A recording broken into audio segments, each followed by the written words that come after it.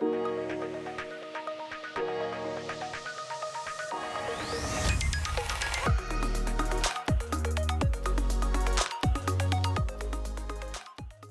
Kasum, please do an introduction, a little bit about yourself, your company, and sort of what you do.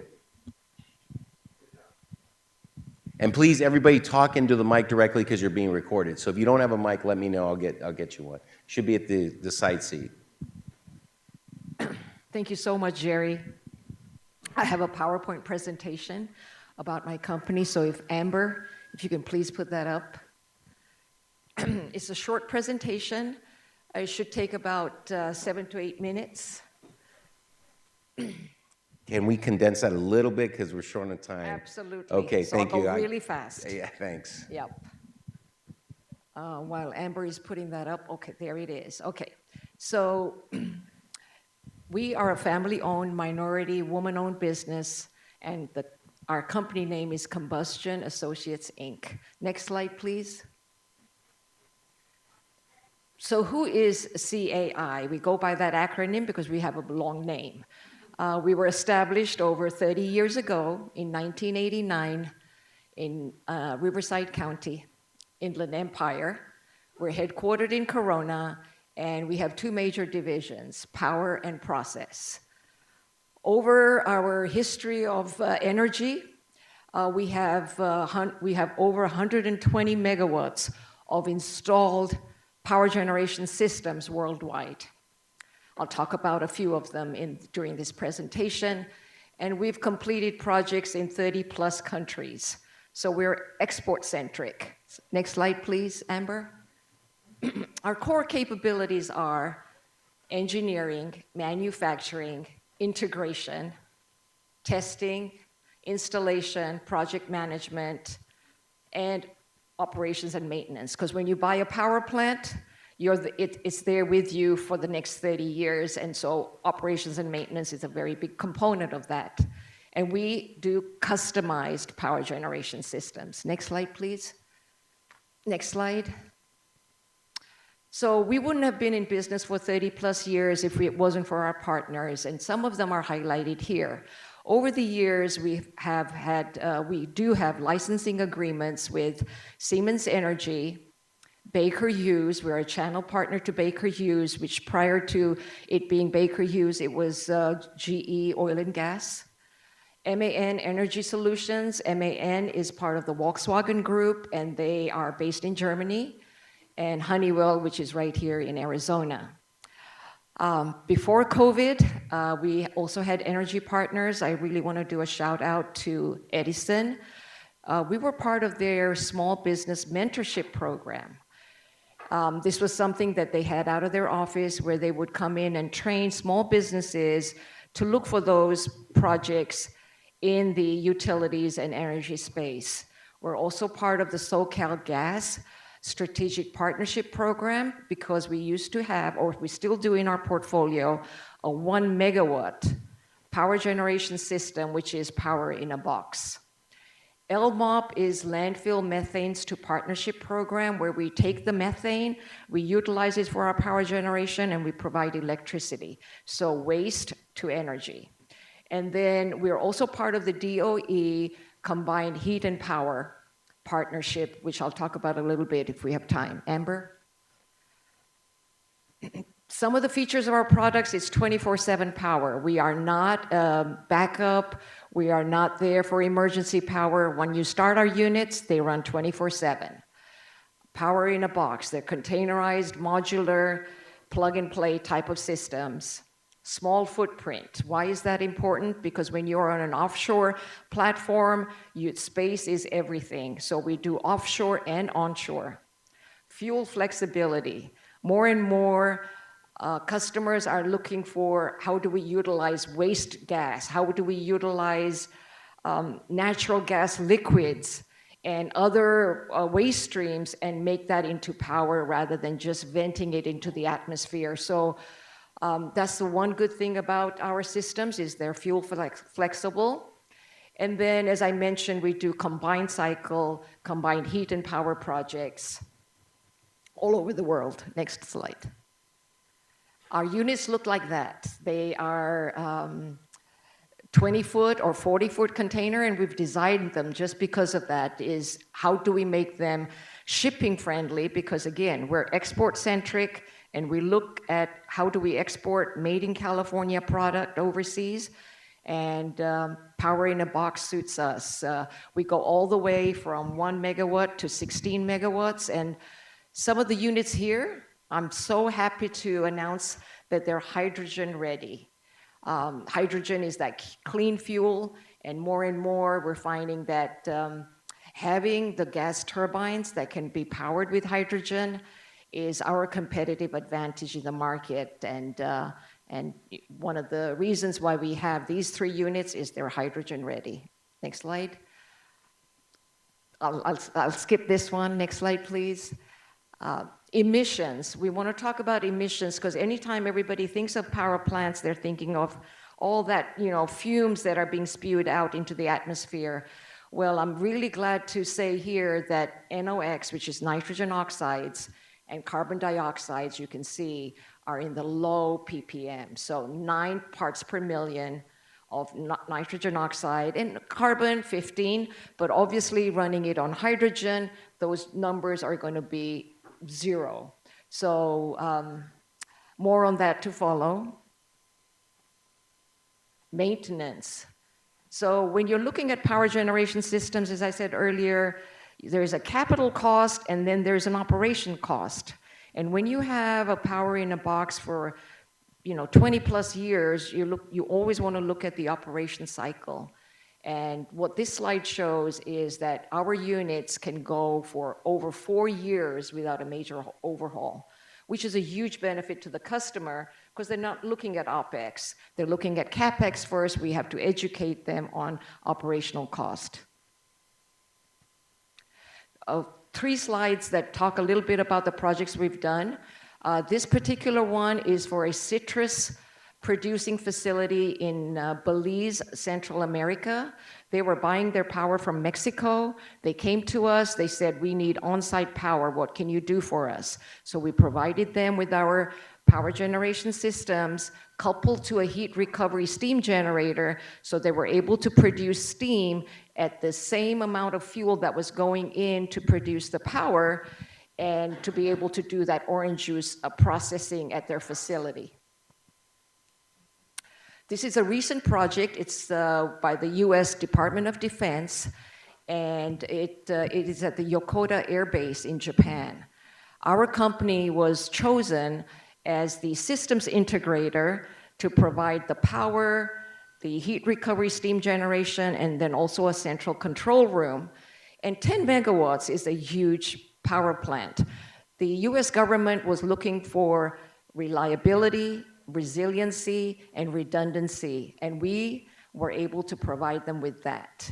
The biggest challenge there in Japan was how do you get your equipment through all the small narrow roads of Japan, it's an island, and then the narrow bridges. So that was a challenge. A couple more slides. Lastly, I want to talk about this project in West Africa that the former US President Barack Obama mentioned our company. Benin is a small country neighboring Nigeria and Ghana, where our company provided an 80 megawatt power plant. All of those units that you see there were designed, built, manufactured, and shipped from our facility in Corona, California. We also had to do the substation and switchyard, which was a high voltage switchyard, together with all the balance of plant equipment. This is dual fuel system, so liquid fuel, wastewater treatment plant, and we made it such a showcase that the government overruled China, who was our competitor, versus a product made in the US, because we promised them that we were going to train the local individuals and provide jobs in their country, and they really appreciated that. Thank you. Thank you. Yeah, that was perfect.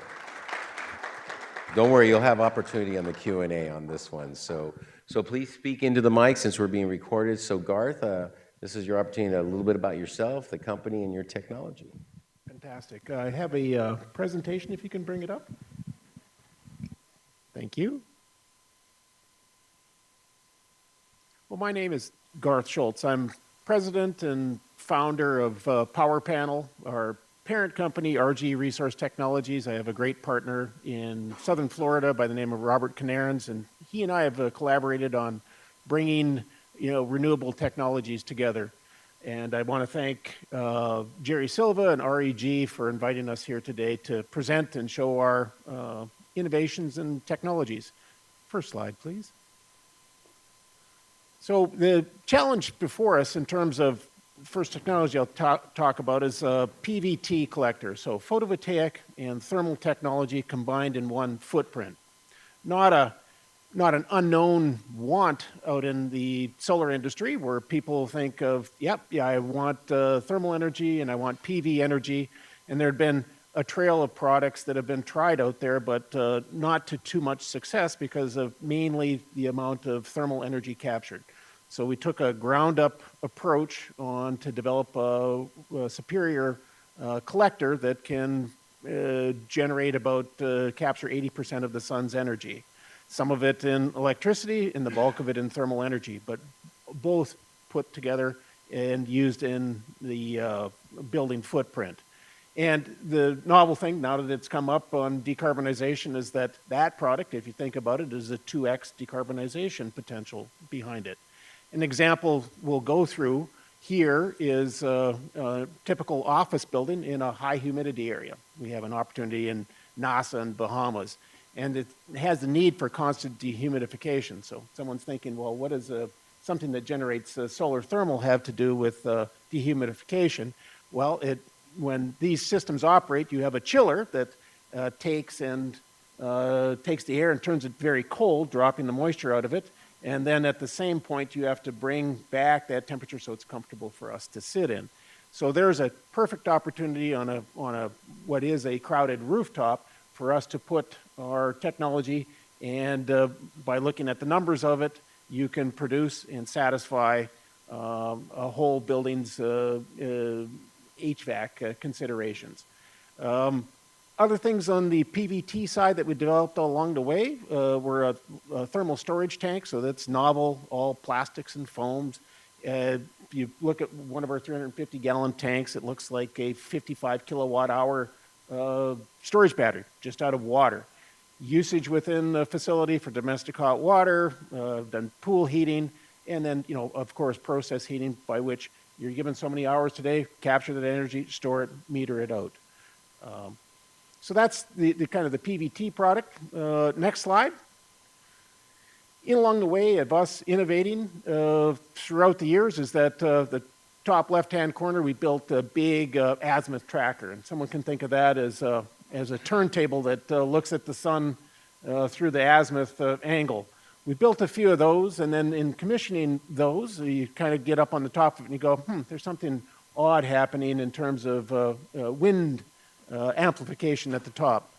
Not odd, but it's through Bernoulli's principles, you look at it, we have a resource here that can all of a sudden take a solar renewable station that is highly, just sits there idle for about 5,500 hours of the year of the 8,000 hours, because the sun is only out and it's cloudy days, and then we put that to work in terms of a wind generating element off the top side. So typically, and if you look at the bottom left-hand corner slide, you got so much when solar is available in the summertime and wind's available in the wintertime. By twinning these two technologies together, you can go and make a great impact on providing more of a 24/7 and variance-free kind of energy generation.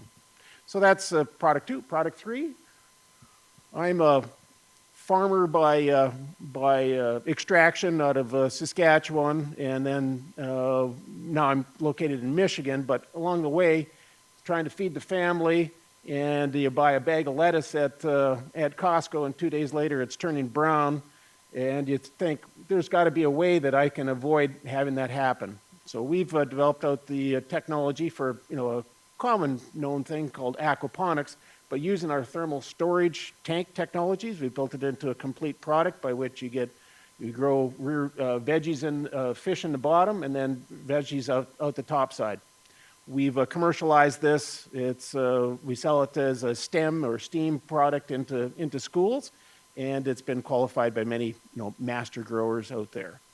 And we have designs for underutilized real estate that a much bigger system, the one illustrated in there, can provide that controlled environment agriculture to support fresh veggies and fish. Last slide. So out in the world, PVT products out there working. We're on apartment buildings supplying domestic hot water. Wind generating element, we're out there testing and developing that. That curious device in the top right hand is our hillbilly wind tunnel.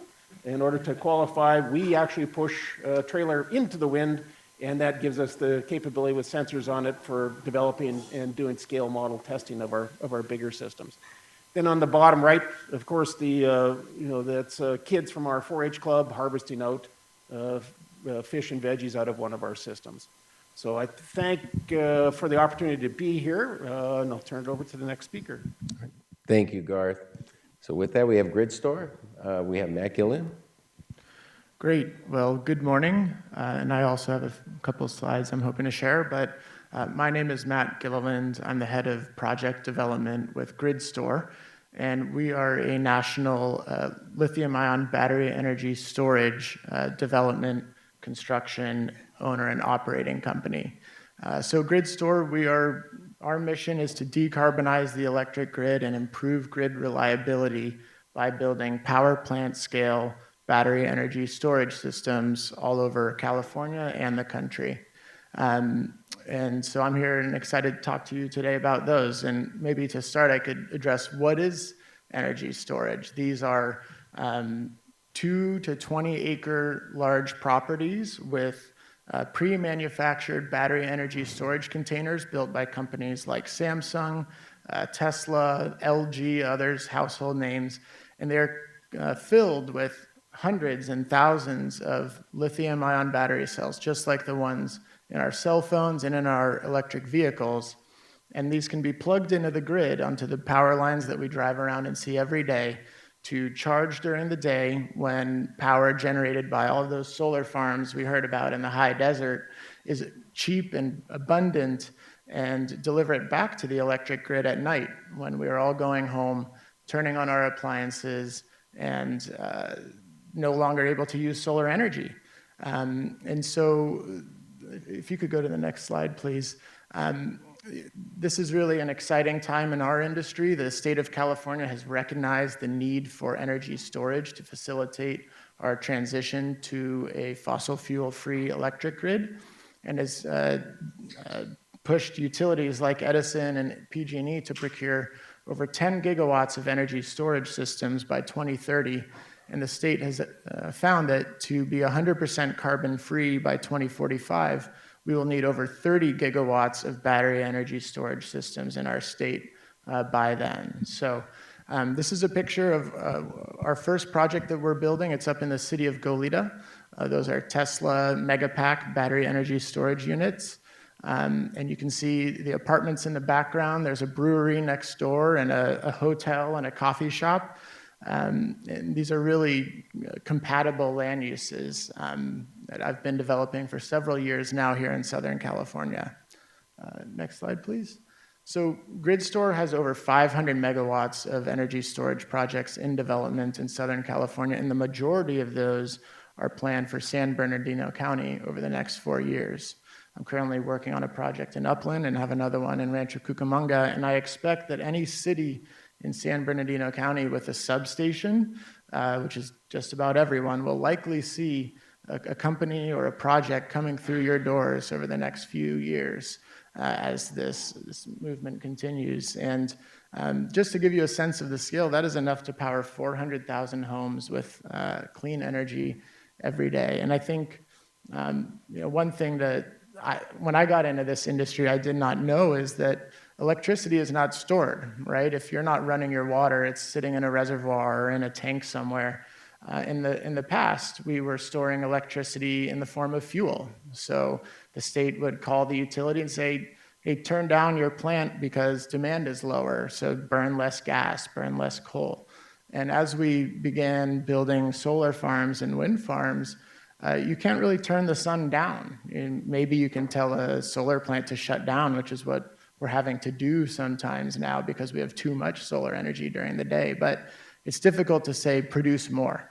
And energy storage, the promise that this technology offers for our communities is the ability to store that energy, allow us to continue to grow in the renewable energy space, and provide it back at night rather than importing power from other states, which is typically produced with coal or gas, or even some of the gas that we burn in the evenings, which is typically more expensive for customers and can increase electricity costs. A couple things about our projects that I think are important to know. These are not manufacturing facilities. We are not building or disassembling batteries on our properties. They're built elsewhere. They're brought onto the sites, and if you need to replace a module, you send it back to Samsung, right? And what that means for these projects is that there's not a lot of traffic. They are operated remotely, similar to any of the substations you might drive by on a daily basis. And they don't generate emissions. And so in that way, you can really deploy them anywhere. We are looking in urban communities, in areas where the power is needed most. You'll also find a lot of these will be built out in the desert, near the generation and near the solar and wind farms being built today. And for the communities, these projects offer not only substantial reliability, right? The utilities benefit from having these reservoirs of electricity in the areas that they're needed most. I don't know about any of you, but I was sweating last summer when I had to turn my AC off in September because of the flex alerts, right? These projects can help make those go away so that we can stay cool, use our appliances whenever we need to. But in addition to that, they represent considerable investment in economic development that generates property tax revenue for school districts, counties, cities, sales tax revenue. All of our equipment, we take delivery on our sites in the city, and that is millions of dollars of revenue that can be put to programs, local programs, whatever cities need, all without putting much, if any, demand on public services. So it's something that I'm very excited and passionate about, and excited to be here today to talk and answer any questions you have. Thank you, Matt. So I got my first question for Kasum. So I heard 1 megawatt to your range, and so you've got a lot of discussion out there on microgrids that's being discussed. Have you thought about how your product's going to fit into that discussion or that narrative? That's one. And two, have you looked at rural America as part of that discussion because of just the lack of access to a lot of reliability type of challenges that is faced in rural America? So I say that because I have friends in those areas, and I have friends that are actually managing projects in those areas. So I'm just curious to see what your thoughts are. Okay, so a 1 megawatt unit can power about 1,000 US homes. And so it's not a small unit. And as you multiply this, you start building more and more power. Have we thought about microgrids? First of all, CAI we're not a project developer, but we get project developers coming to us.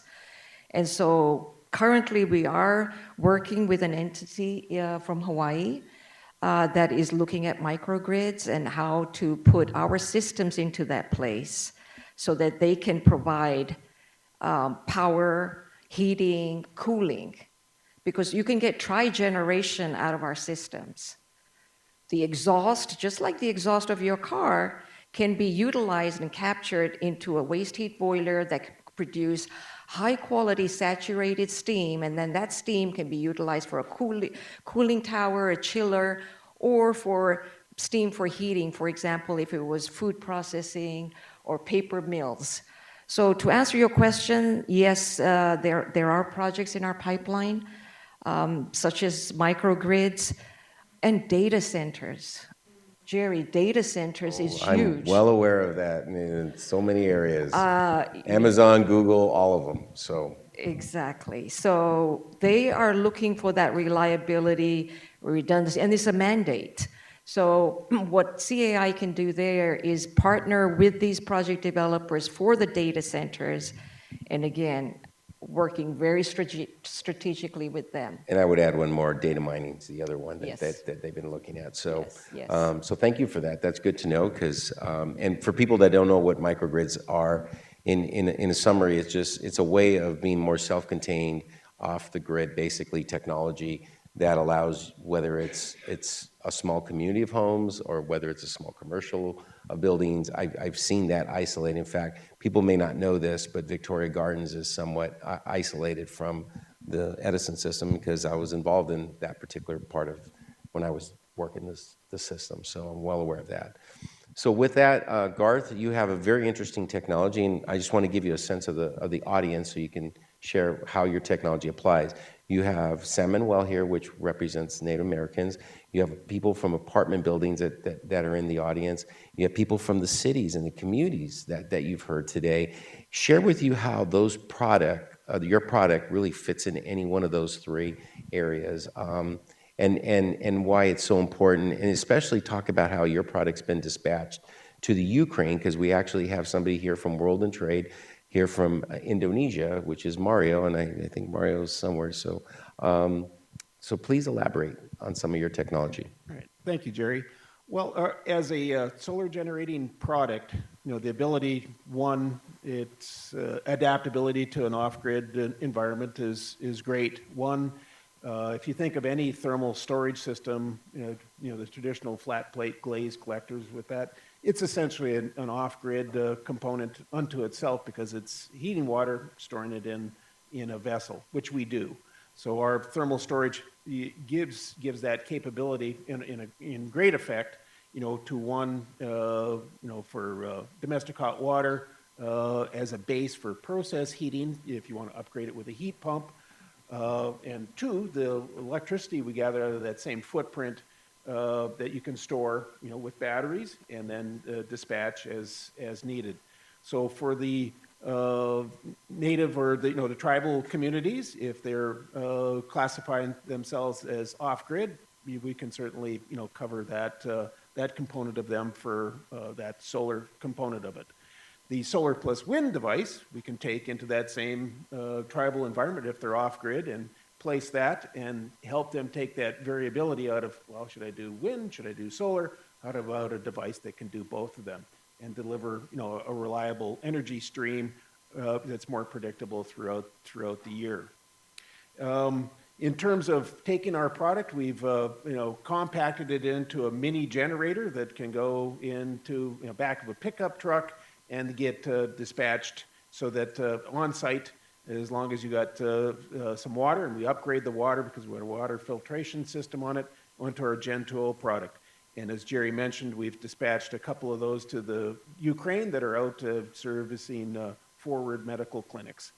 We've also have dispatched that product in kind of a worldwide basis to the UK, the Spain, Mali, South Africa, Brazil, and during the crisis after the Hurricane Maria in 2017 and 2018, we placed a system into service on Puerto Rico, which went up into the mountains and then serviced out 3 families' needs so that they could one, bathe. They had a communal shower, as well as to charge cell phones, do some well pumping, and some water filtration. So that's the the genesis of the product is to service people's complete needs in an off-grid sense.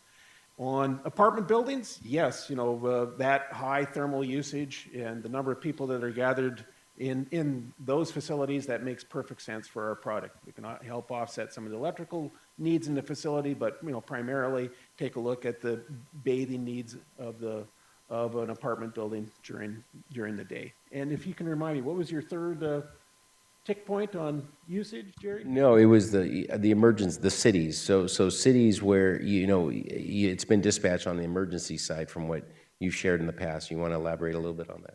Sure. Yeah, and that comes down to our Gen 2.0 product, or even our more larger systems as portable units that can get rapidly deployed and set up, so that emergency services can have electricity and hot water, thermal needs, at their dispatch. So that's the other kind of opportunity when a crisis hits and you need to go and improve that area for a period of time. We have a product that can sit there, land, and get into service very quickly.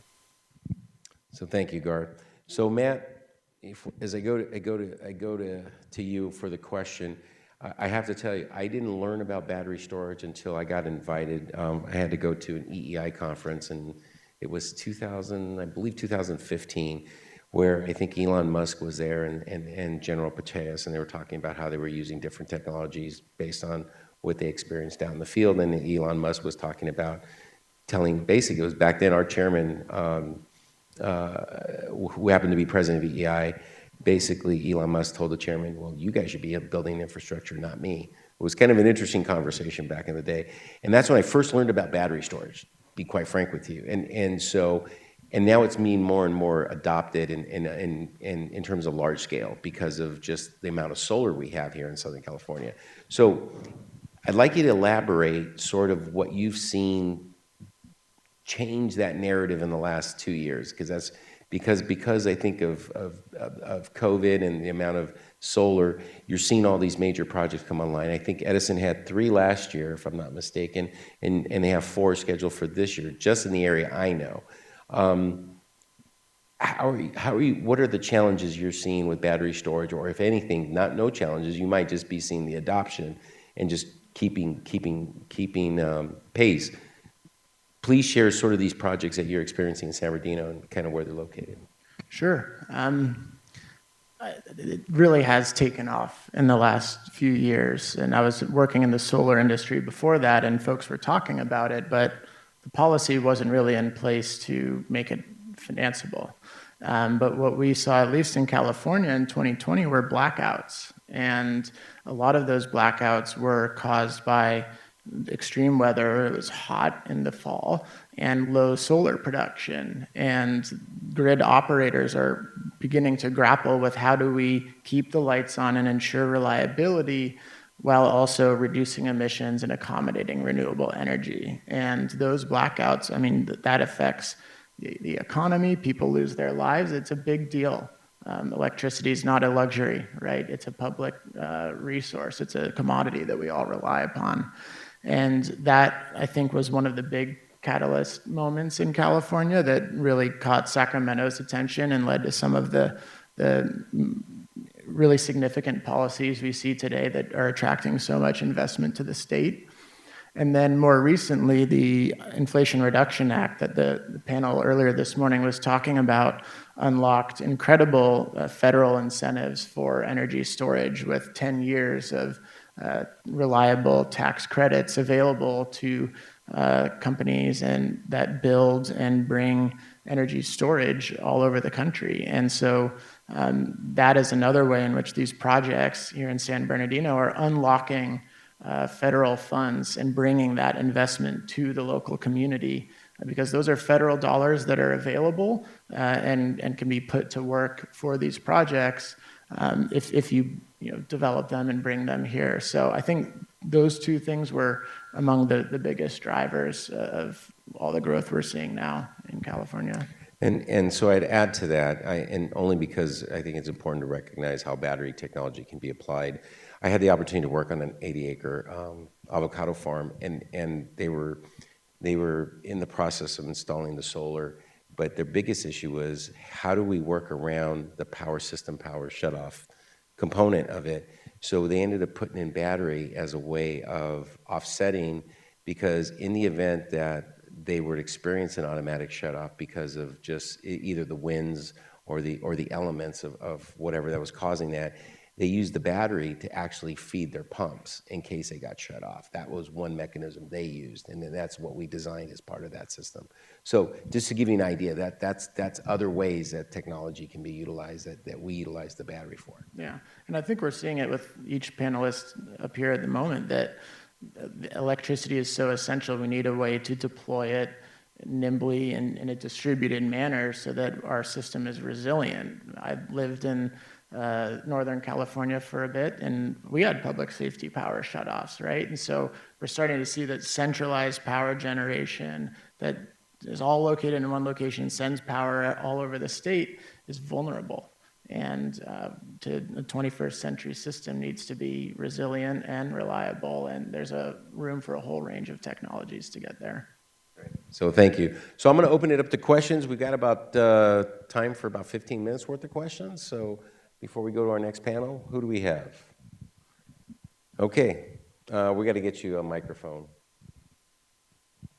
Please speak into the mic. I've been instructed because we're recording. We want to make sure we capture the questions. Can you hear me okay? I can. For Kazum. So from your presentation, it's very clear that you are finding opportunities not only in the US, but also globally. So I want to know the secret sauce. So how do you remain competitive in your industry here in the US and internationally, where we have, specifically here in the United States, giants like GE, Mitsubishi, and companies that are giants in this industry? Really, there is no secret sauce. But to your point, yes, a small business our size doing what we do, it's, the word I use is challenging. There are obstacles all over the place, especially when you go outside the United States, because what we take for granted every time we flip that switch and we get electricity, it's not like that. And I'm a first-generation immigrant to this country. By the time I was 11, I had lived in 3 different continents, and I knew there was energy poverty. I grew up in Kenya, I lived in India, and then I immigrated to UK and then back here. So starting our own business, we had to think creatively. And to your question on, what is your secret sauce? I think over the 30 plus years of just being in business, and Southern California is not, an easy state to do what we do, right? Manufacturing sector, it's a lot of hardcore steel and pipe and other things that we put together. I would say that the way we've stayed competitive is by offering customization. When our customers go to the GEs or Mitsubishis or others, right, Siemens, they're going to say, okay, this is what we can do.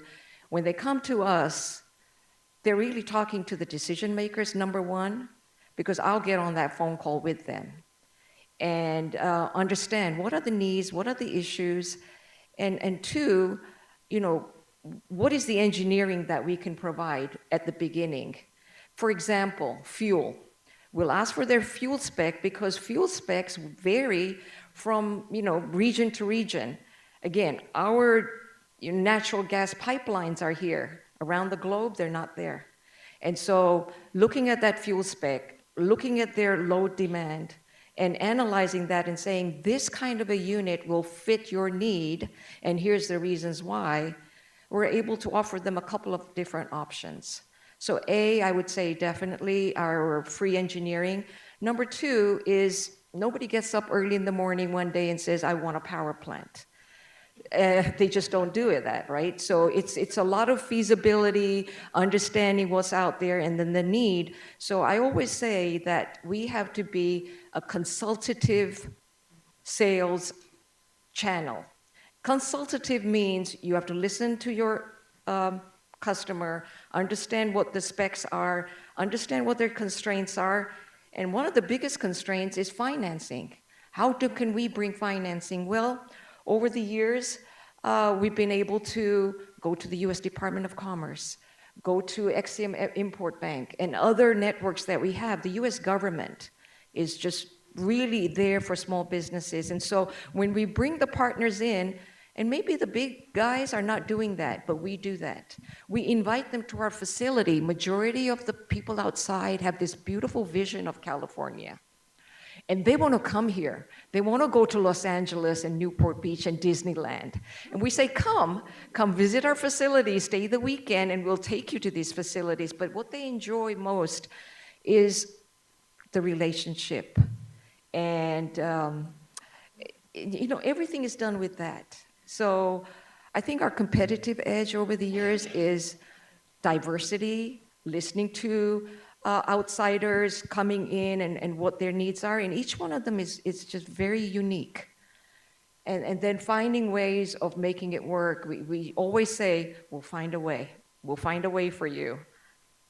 Thank you. Thank you. Next question. Okay.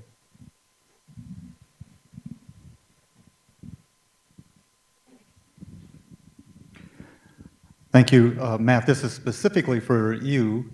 First of all, I live in Upland, so I'm kind of curious as to where you're building and what you're building, and then more for a larger group here. What can GridStore do specifically for school districts?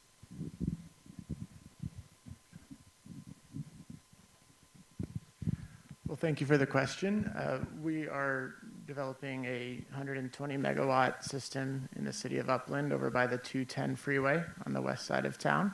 Be happy to talk with you more about it after this, and eager to meet you.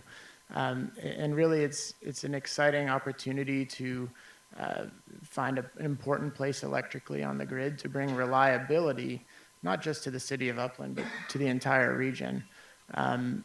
In terms of benefits for school districts certainly collect a considerable amount of the tax revenue generated by property taxes, and these systems are expensive, right? We are talking about 9-figure investments that raise the value of the property and direct a lot of resources directly to local school districts.